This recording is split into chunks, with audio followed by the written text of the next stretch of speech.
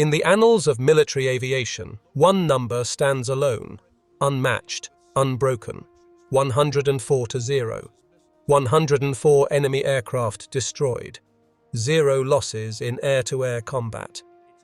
For nearly 5 decades, the F-15 Eagle has maintained a perfect record that defies statistical probability and challenges every assumption about modern warfare. Nations have claimed to have shot it down.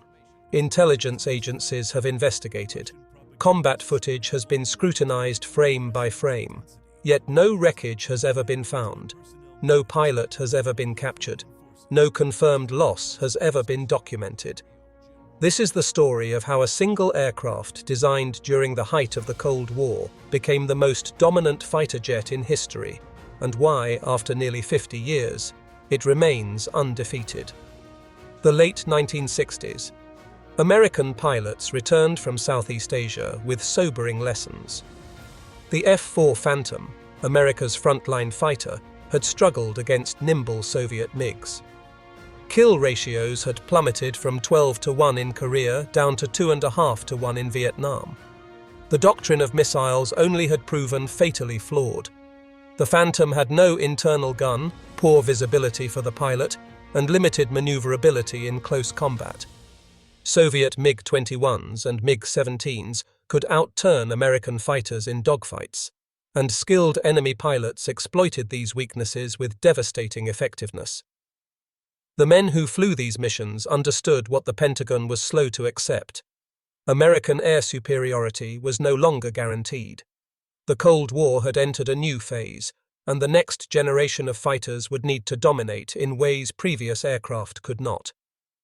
The United States Air Force needed a fighter that could win at any range, under any conditions, against any opponent. What emerged from this realization would change aerial warfare forever. Enter Colonel John Boyd and mathematician Thomas Christie, the architects of a revolutionary approach to fighter design. Boyd, a fighter pilot with an unmatched understanding of aerial combat, developed what he called energy maneuverability theory. The concept was deceptively simple but profoundly revolutionary. A fighter's effectiveness depended not just on speed or turn rate, but on its ability to gain, maintain, and expend energy in combat. Energy meant options. Energy meant the freedom to dictate the terms of engagement. Energy meant life or death. Boyd and Christie created mathematical models that could predict how an aircraft would perform in combat based on thrust, weight, drag, and wing design. They could calculate exactly how much energy a fighter would lose in a turn, how quickly it could accelerate out of a maneuver, and whether it could sustain multiple high G turns without bleeding speed. These calculations revealed uncomfortable truths about American fighters. The F-4 Phantom, despite its power, bled energy quickly in turns. Soviet MiGs, lighter and more nimble, could maintain energy better in sustained combat. The solution became clear. America needed a fighter with a thrust-to-weight ratio exceeding 1-1, meaning the engines could produce more thrust than the aircraft weighed. It needed wing loading optimized for sustained turn performance without sacrificing acceleration. It needed to outclimb, outturn, and out-accelerate anything the Soviets could field. And critically, it needed beyond visual range capability combined with dogfighting prowess. Previous fighters excelled at one or the other. Boyd's vision demanded both. What Boyd and his team proposed was considered heretical by many in the defense establishment. Critics called it impossible. The requirements seemed contradictory. How could one aircraft be optimized for both long-range missile combat and close-in dogfighting? How could it be both heavy enough to carry advanced radar and weapons, yet light enough to outturn enemy fighters? The engineering challenges appeared insurmountable. McDonnell Douglas called it the F-15. The development timeline moved with remarkable speed by modern standards. Between 1965 and 1969, the Air Force defined requirements and held a competition among aerospace manufacturers. In 1970, McDonnell Douglas won the contract with a design that embodied Boyd's energy maneuverability principles. The prototype took shape in St. Louis, Missouri, where engineers worked around the clock to translate theory into titanium and steel. On July 27, 1972, test pilot Irving Burroughs lifted the first F-15A off the runway at Edwards Air Force Base in California. The aircraft performed beyond expectations. It accelerated like nothing Burroughs had ever flown. It climbed at rates that seemed to defy physics, and when he pushed it into high G turns, it maintained energy in ways that validated every calculation Boyd and Christie had made. The specifications told the story. 2 Pratt & Whitney F-100 engines, each producing over 25,000 pounds of thrust. Maximum speed of Mach 2.5, over 1,900 miles per hour. Combat radius of 1,200 miles, allowing deep penetration into enemy airspace. Empty weight of 28,000 pounds, maximum takeoff weight of 68,000 pounds. The wings spanned over 42 feet, providing enormous lifting surface. And the armament package combined an M61 Vulcan cannon, capable of firing 6,100 rounds per minute, with AM-7 Sparrow medium-range missiles and AM-9 Sidewinder short-range missiles. But numbers on paper meant nothing without combat validation. The F-15 needed to prove itself against real enemies flying real Soviet fighters. It needed a crucible. On January 5, 1976, the first F-15A Eagles arrived at Langley Air Force Base in Virginia. The pilots who would fly them had no idea they were about to inherit a legacy that would remain unbroken for half a century. These men, the best fighter pilots in the Air Force, began an intensive training program to master the new aircraft. They learned its capabilities and its limits. They practiced tactics designed to exploit its strengths, and they waited for the opportunity to prove what the Eagle could do. That opportunity would come not in American hands, but in the hands of allies facing immediate threats. Between 1976 and 1977, Israel became the first export customer for the F-15. The timing was no coincidence. The Yom Kippur War of 1973 had shaken Israeli confidence in its air superiority. Egyptian and Syrian forces, equipped with advanced Soviet surface-to-air missiles and modern fighters, had inflicted heavy losses on the Israeli Air Force. The peace accords with Egypt remained fragile.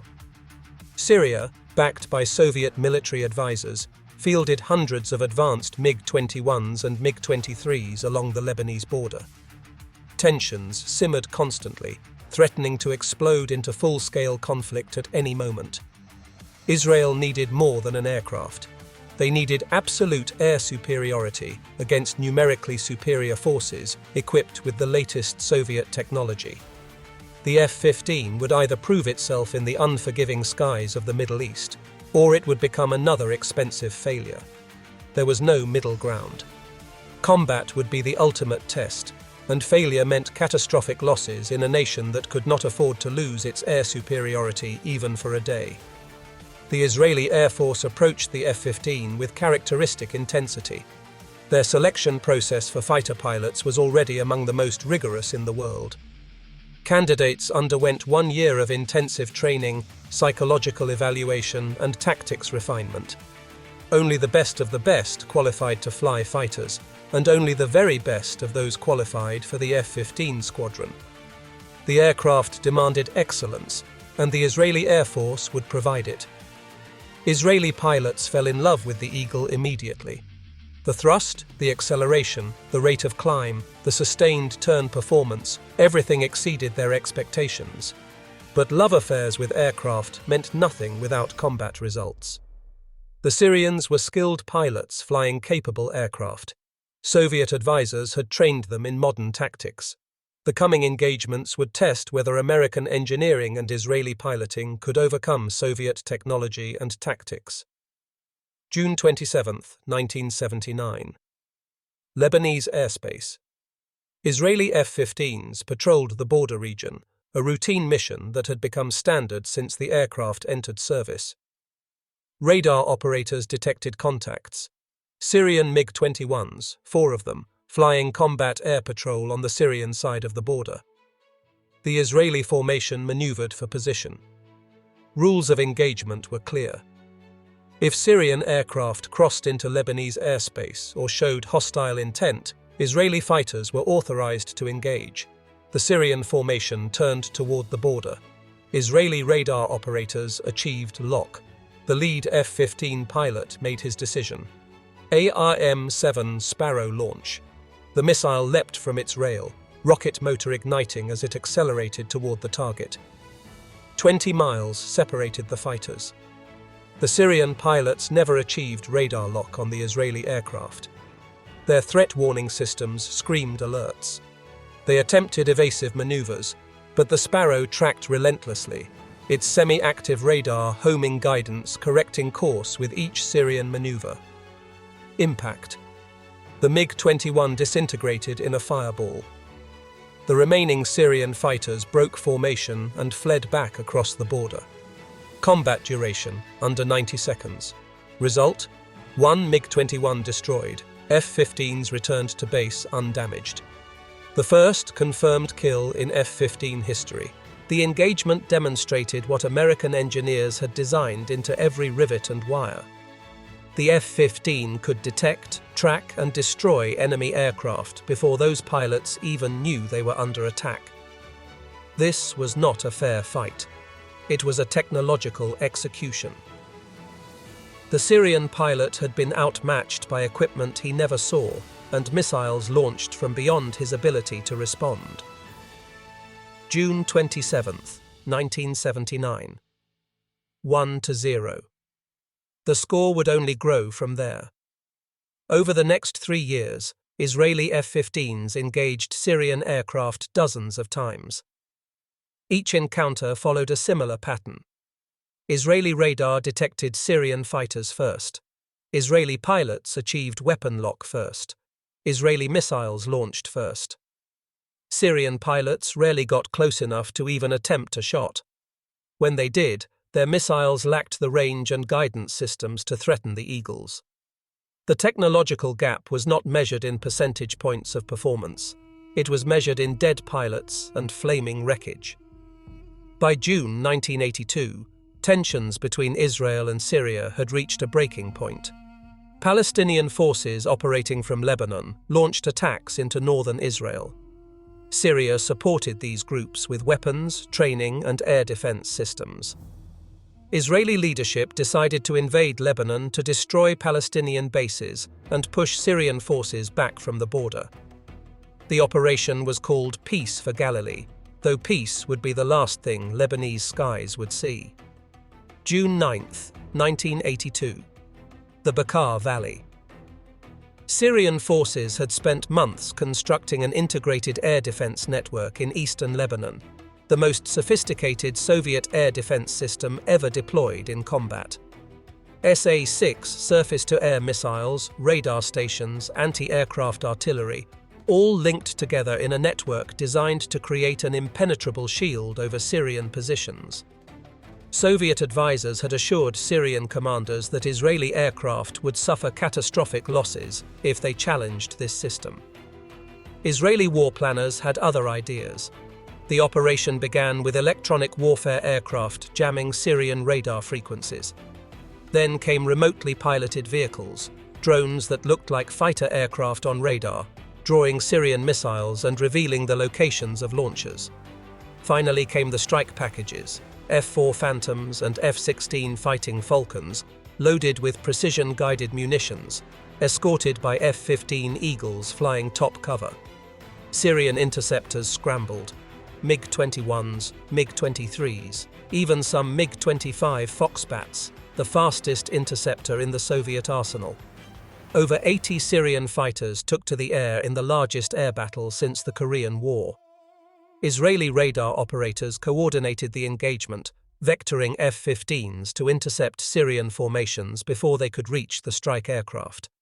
What happened next would be analyzed by air forces around the world for decades. The first engagements happened at long range.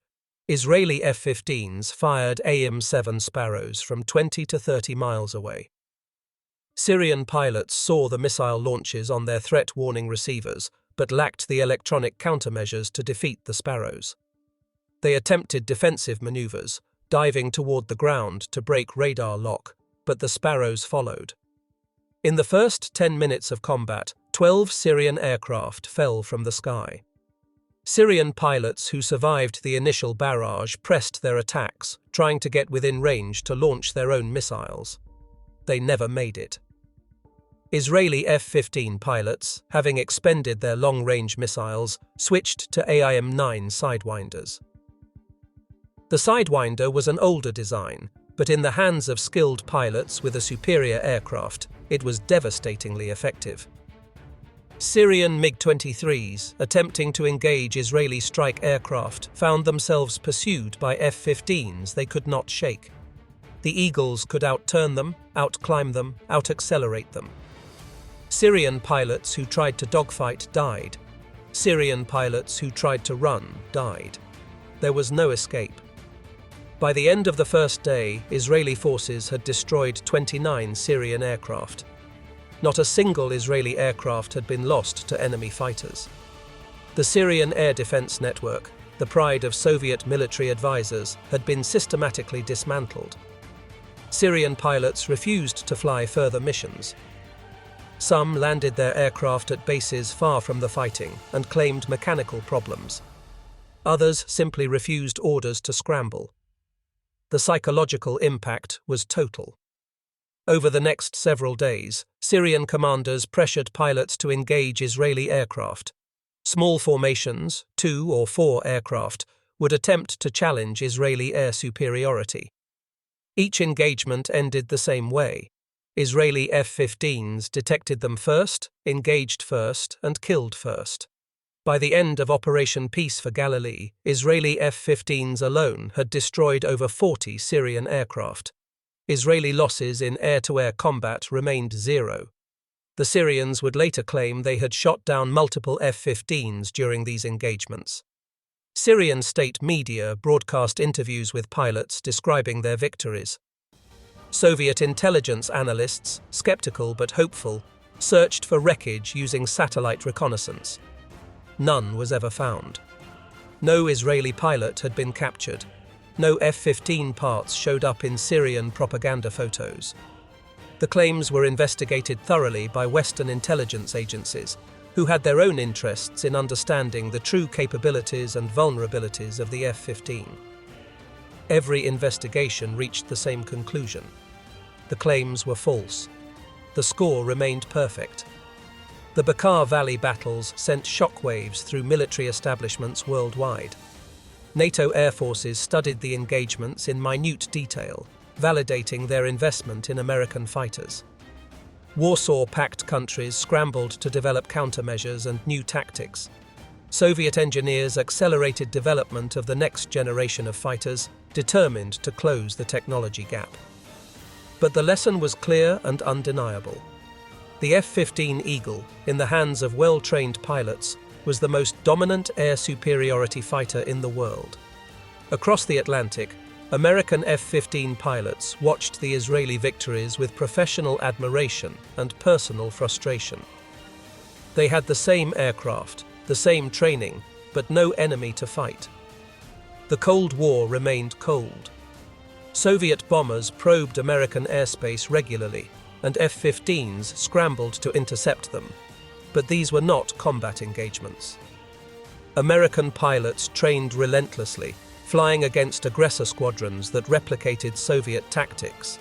But they had never faced real MiGs flown by real enemy pilots. That would change in 1991. August 1990, Saddam Hussein invaded Kuwait.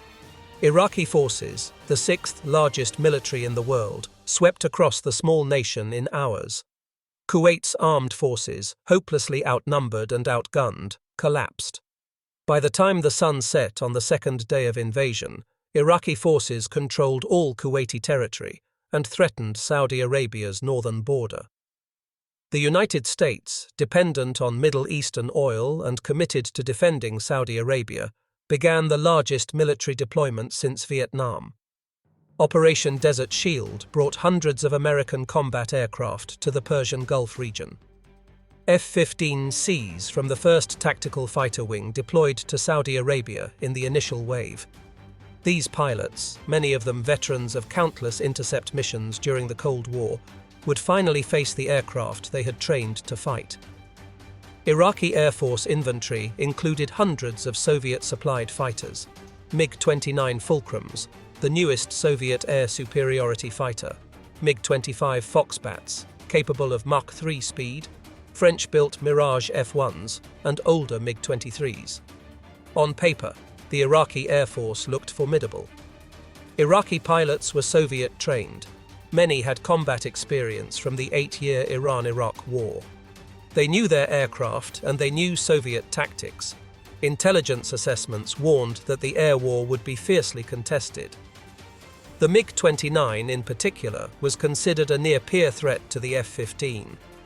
Soviet propaganda had touted the Fulcrum as the fighter that would finally match American air superiority. The coming war would test those claims. American pilots prepared methodically.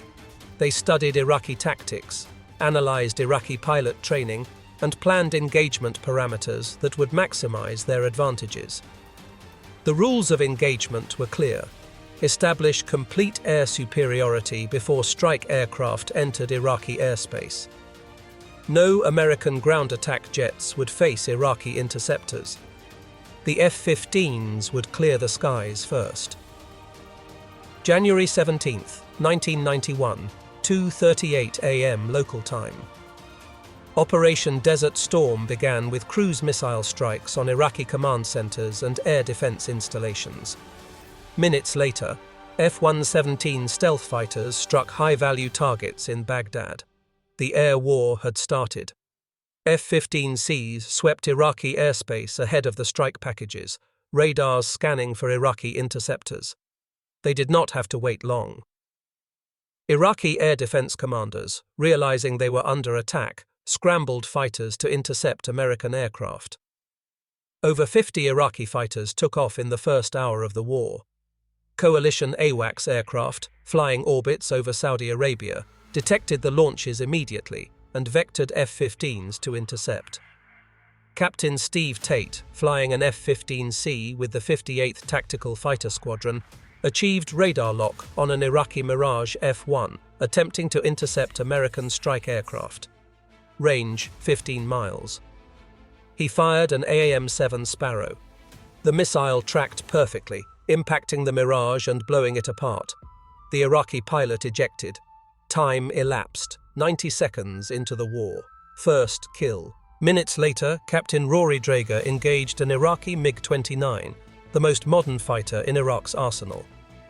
The engagement lasted 30 seconds. Drager fired an AIM-7 from beyond visual range. The MiG-29 pilot never got within missile range of any American aircraft. The Fulcrum, supposed peer competitor to the F-15, fell from the sky. So much for Soviet propaganda. By dawn on January 17th, F-15Cs had scored 6 confirmed kills. Coalition losses to enemy fighters, 0. The pattern would continue for the next 6 weeks. Desert Storm became the largest air campaign since World War II. Coalition forces flew over 100,000 sorties. F-15Cs flew continuous combat air patrols, establishing zones of air superiority that Iraqi aircraft could not penetrate. Iraqi pilots who attempted to challenge American air dominance died quickly. Iraqi pilots who fled to avoid combat were pursued and destroyed. There was no sanctuary. Captain Rick Tolini scored one of the war's most impressive engagements on January 19th. His F-15C radar detected 4 Iraqi fighters attempting to penetrate coalition-controlled airspace. Tolini and his wingman maneuvered for position, achieving favorable geometry before the Iraqi pilots realized they were under threat. Tolini fired at the lead Iraqi fighter, an AIM-7 that impacted the target and destroyed it immediately. The remaining Iraqi pilots broke formation, attempting to escape. Tolini pursued, firing a second AIM-7 at a MiG-23, trying to flee south. Impact: 2 kills in under 3 minutes. Tolini and his wingman returned to base, both aircraft undamaged. Captain Cesar Rodriguez achieved another notable kill on January 27th. His radar detected a MiG-29 attempting to intercept American strike aircraft. Rodriguez fired an AIM-7 from 18 miles, well beyond the range where the Iraqi pilot could respond. The Sparrow tracked perfectly. The MiG-29 exploded. Rodriguez never saw the enemy aircraft visually. The entire engagement happened beyond visual range, exactly as the F-15 was designed to fight. Not all F-15 kills were American. Royal Saudi Air Force pilots, flying F-15Cs provided by the United States, scored victories as well. Captain Ayed al-Shamrani became the only non-American, non-Israeli pilot to score F-15 kills during Desert Storm. On January 24th, al-Shamrani engaged 2 Iraqi Mirage F-1s. He destroyed both in rapid succession, becoming a national hero in Saudi Arabia overnight. As the air campaign continued, Iraqi Air Force effectiveness collapsed. Pilots refused to fly. Aircraft sat on runways unused, while coalition strike aircraft bombed Iraqi positions with impunity. Some Iraqi pilots flew their fighters to Iran, preferring internment to facing American F-15s. Saddam Hussein had built his air force with billions of dollars of Soviet equipment. It was systematically destroyed without inflicting a single air-to-air loss on coalition forces. The final tally from Desert Storm told the story. United States Air Force F-15Cs scored 32 confirmed kills. Royal Saudi Air Force F-15s scored 2 confirmed kills. F-15s lost to enemy aircraft, 0. The overall score, including Israeli kills from previous conflicts, stood at 104-0. When the ceasefire came in February 1991, the Iraqi Air Force had been decimated. Not by attrition, not by overwhelming numbers, but by technological and tactical superiority so complete that enemy pilots chose to flee rather than fight. The lesson was brutal and undeniable. The F-15 Eagle remained undefeated, but claims of victory persisted from adversaries who refused to acknowledge the truth. Throughout the F-15's operational history, adversaries have repeatedly claimed successful shootdowns. These claims follow a consistent pattern. Enemy forces announce that their pilots have destroyed F-15s in combat. State media broadcasts interviews with the victorious pilots. Government officials tout the success as proof that American technology can be defeated. And then investigators search for evidence. They never find any. 1978, Iraq. An Iraqi pilot flying a MiG-23 claimed to have shot down an F-15 over Iraqi airspace. Iraqi state media celebrated the victory. Intelligence agencies investigated. No missing aircraft, no pilot casualties, no wreckage. Western satellites that monitored the region detected no crash site. Israeli Air Force records accounted for all F-15s. Conclusion: unsubstantiated propaganda. 1981. Syria. A Syrian pilot flying a MiG-25 Foxbat claimed to have shot down an Israeli F-15 during a reconnaissance mission. Syrian television broadcast footage of the pilot describing the engagement in detail. He explained how he had maneuvered behind the F-15, achieved missile lock and fired, watching the American aircraft explode. Investigators checked the story. All Israeli F-15s were accounted for. No combat damage reports filed. No pilots missing. No aircraft shot down. The claim was false. June 1982, the Bekaa Valley. Syrian forces claimed multiple F-15 kills during the air battles over Lebanon. Specific pilots were identified by name and given medals for their victories. Soviet advisors, eager to demonstrate that their technology and training could succeed against American fighters, supported the claims. Extensive satellite reconnaissance searched for crash sites. None were found.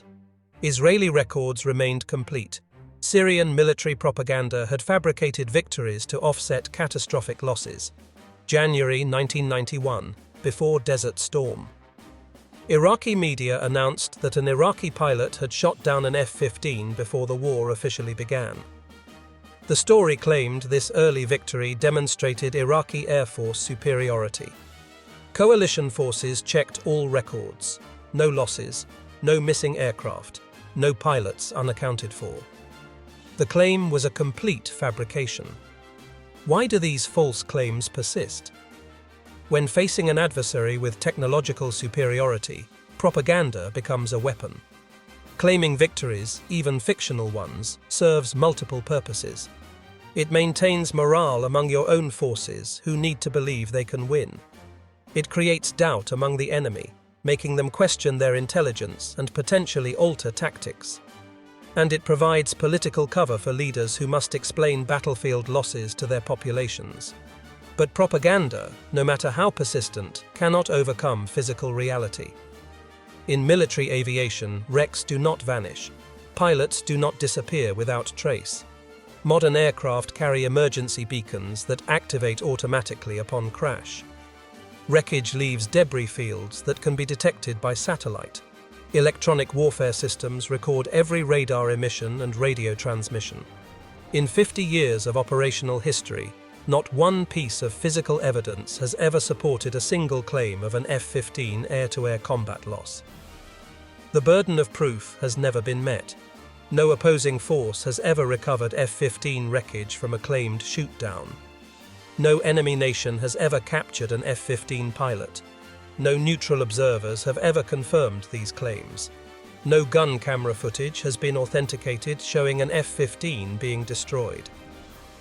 The absence of evidence is not merely suspicious, it is conclusive. Yet there is one incident where an F-15 was catastrophically damaged and lived to tell the tale. An incident that reveals why the claims of enemy victories are so implausible. May 1, 1983. Israeli Air Force training exercise over the Negev Desert. An F-15D two-seat variant collided mid-air with an A-4 Skyhawk during a simulated dogfight. The impact sheared off the F-15's entire right wing at the fuselage. The A-4 pilot ejected safely. The F-15 pilot, Zivi Nedivi, and his instructor prepared to eject as well. Their aircraft was missing its entire right wing. Every principle of aerodynamics said the aircraft could not fly. But Zivi Nedivi felt the controls still responding. The F-15's massive engines, each producing 25,000 pounds of thrust, were still running. The aircraft was descending, but not spinning out of control as it should have been. The flat fuselage, the wide horizontal stabilizers, the sheer excess of engine power, all combined to create enough lift and stability to maintain some control. Nedivi made a decision. He would try to fly it back to base. He diverted to Ramon Air Base, the nearest Israeli airfield. The approach had to be fast, over 260 knots, far faster than normal landing speed. Too slow and the aircraft would stall and crash. He lined up on the runway, fighting controls that barely responded, maintaining just enough speed and angle to keep the crippled eagle in the air. The landing gear extended. He crossed the runway threshold. Touchdown. The F-15 rolled to a stop, held together by its structural strength and the skill of its pilot. When maintenance crews reached the aircraft, they thought they were looking at combat damage. Only after inspecting the jet did they realize what had happened. An F-15 had flown and landed with its entire right wing missing. Engineers analyzed the flight data later and determined that Nedivi's decision had been correct. The aircraft's design, with its flat fuselage creating body lift and its enormous engine power, could generate enough aerodynamic force to maintain controlled flight even with catastrophic damage. This was not a combat victory. This was proof of engineering philosophy.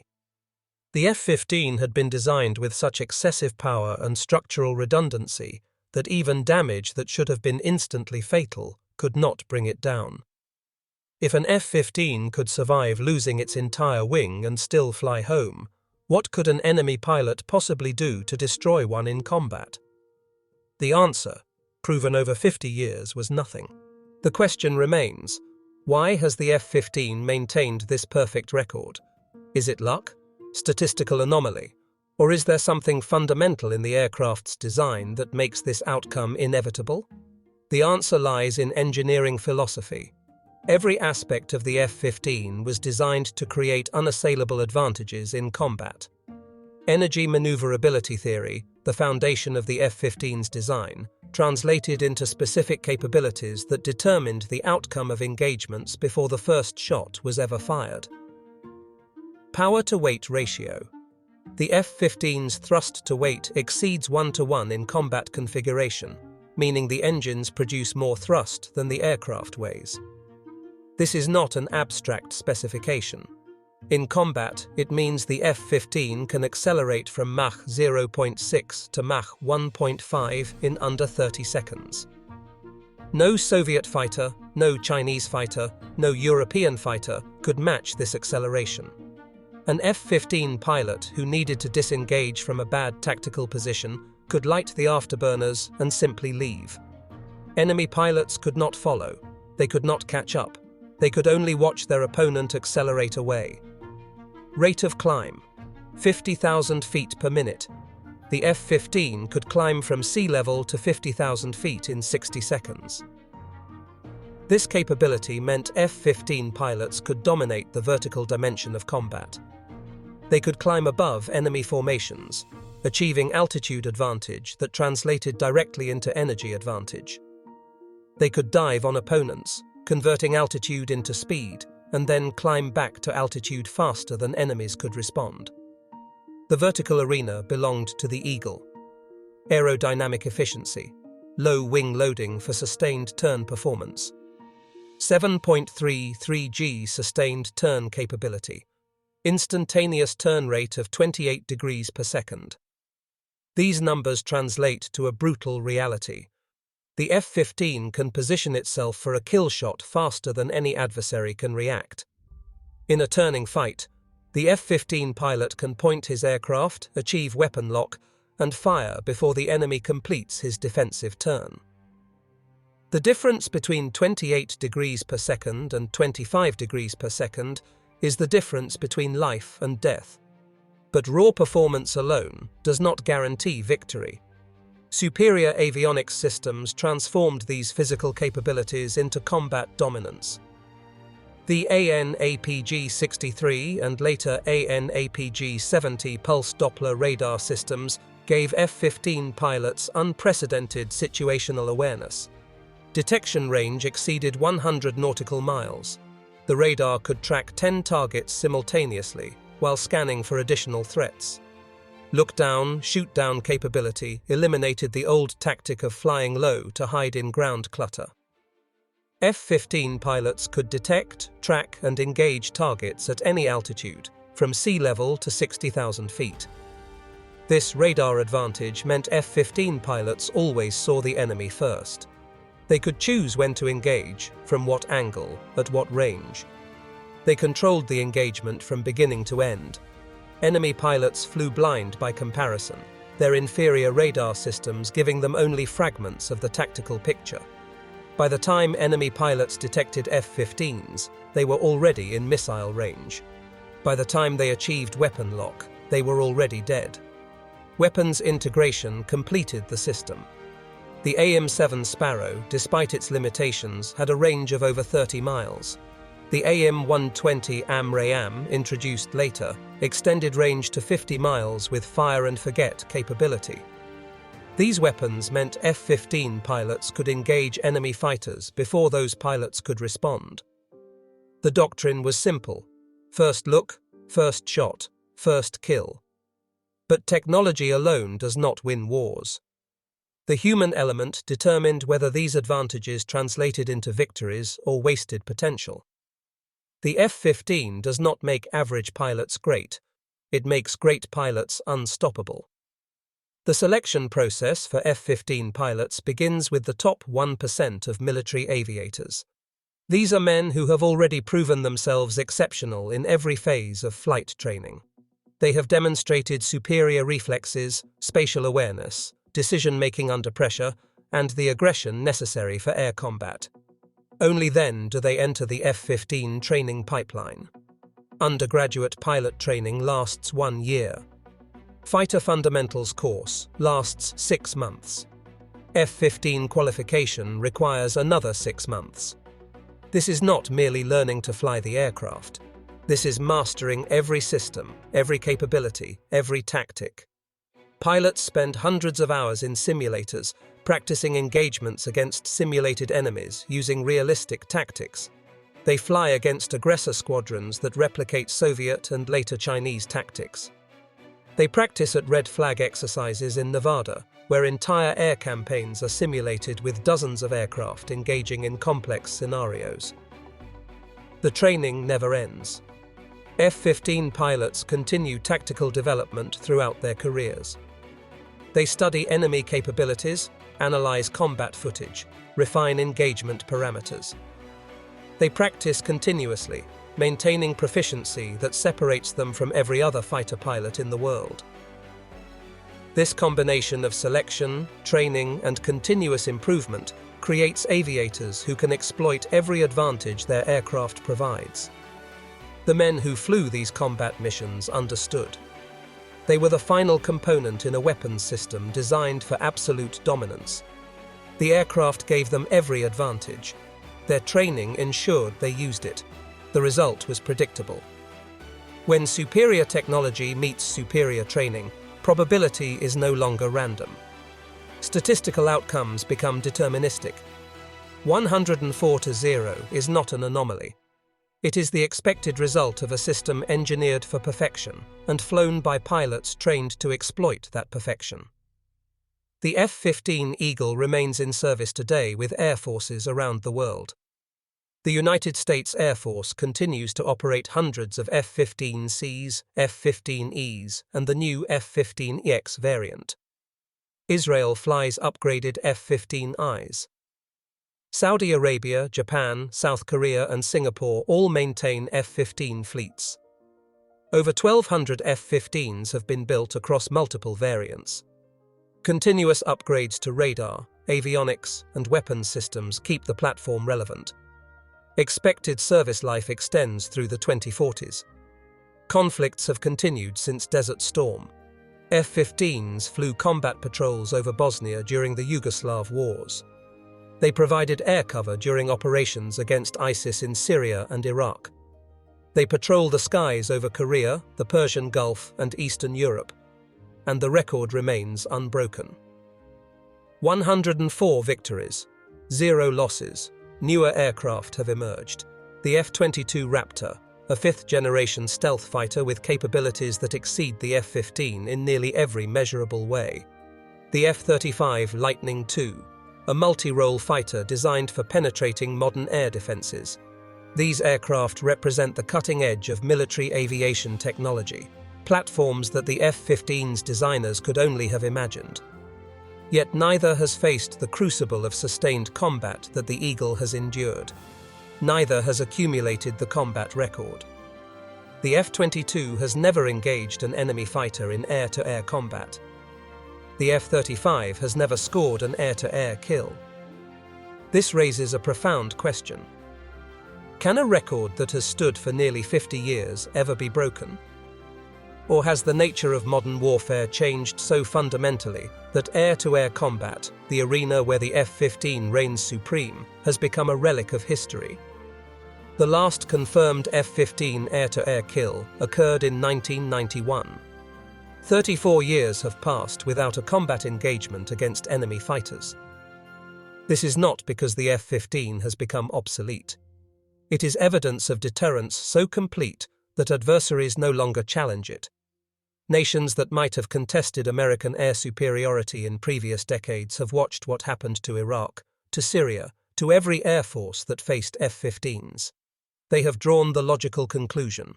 Challenging American air superiority is suicide. Modern conflicts increasingly avoid direct confrontation between advanced militaries. Proxy wars, insurgencies, cyber warfare, economic sanctions, these have become the tools of geopolitical competition. The great power conflicts that would have generated large-scale air battles have been avoided precisely because the outcome is no longer in doubt. American and Allied air forces possess such overwhelming superiority that rational adversaries choose not to fight. This is the F-15's ultimate legacy. Not just the victories it achieved, but the conflicts it prevented. The aircraft created a paradigm where air superiority became uncontestable, where even nations with capable air forces chose not to challenge American dominance because the cost was too high and the outcome too certain. Yet the aircraft itself remains ready. F-15 pilots continue training for the high-intensity air combat that has not occurred in decades but could resume tomorrow. The aircraft's capabilities continue to evolve. New radar systems, new missiles, new electronic warfare equipment all ensure that the Eagle remains formidable against any current threat. If war came tomorrow against a peer adversary with modern fighters, F-15s would fly. And the pilots who fly them are confident the record would hold.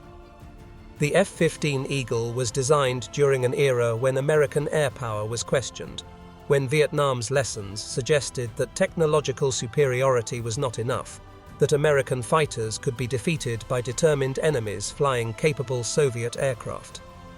The F-15 was built to answer a single question: could the United States regain absolute air superiority against any adversary, anywhere in the world? 104-0. For nearly 5 decades, that score has remained unchanged. Not because the F-15 has avoided combat, but because it has dominated combat so thoroughly that opposition became futile. Enemy pilots who faced the Eagle in battle either died or fled.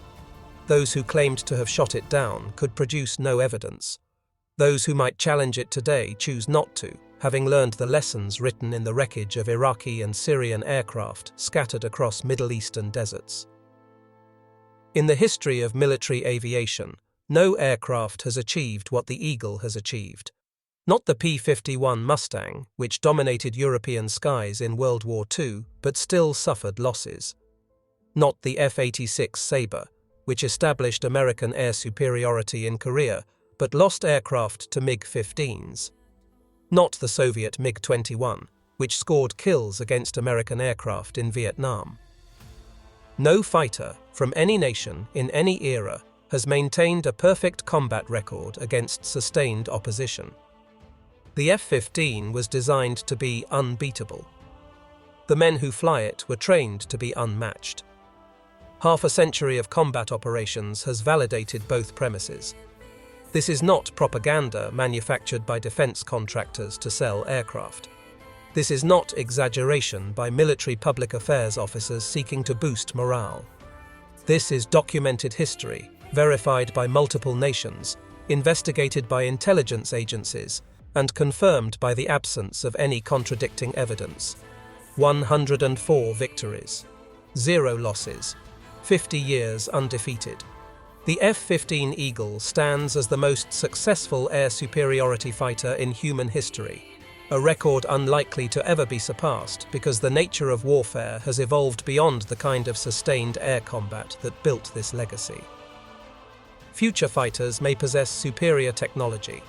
They may incorporate stealth, artificial intelligence, hypersonic weapons.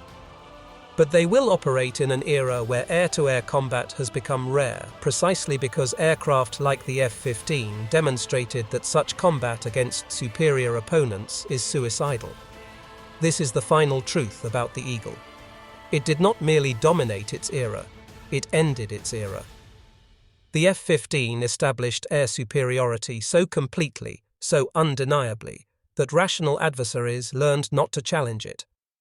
The perfect record stands not as an accident of history, but as the inevitable result of engineering excellence, tactical superiority, and